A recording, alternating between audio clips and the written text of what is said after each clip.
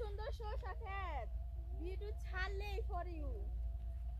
অনেক সুন্দর সরষা ক্ষেত, গ্রামের এই দৃশ্যগুলা কিন্তু অনেক সুন্দর দেখতে।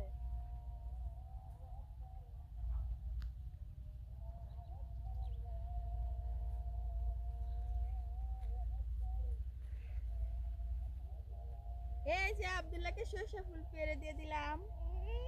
খুব সুন্দর লাগতেছে আব্দুল্লাহ, তোমাকে খুব সুন্দর লাগতেছে তো।